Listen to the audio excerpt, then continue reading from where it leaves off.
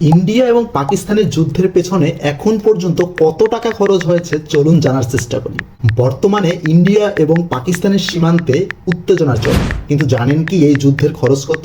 শুধু 7 দিনে ভারত খরচ করেছে প্রায় $2 বিলিয়ন, মানে 21,000 কোটি রুপি। এয়ার স্ট্রাইক, গোলাবারুদ, মিলিটারি মুভমেন্ট সব মিলিয়ে প্রতিদিন প্রায় $300 মিলিয়ন খরচ হচ্ছে।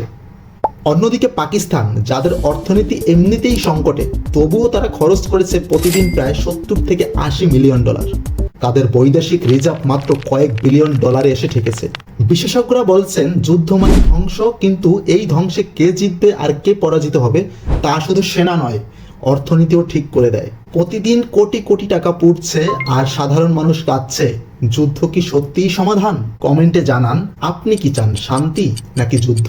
এরকম ইনফরমেটিভ ভিডিও পেতে আমাদের চ্যানেলটি সাবস্ক্রাইব করে সাথেই থাকুন।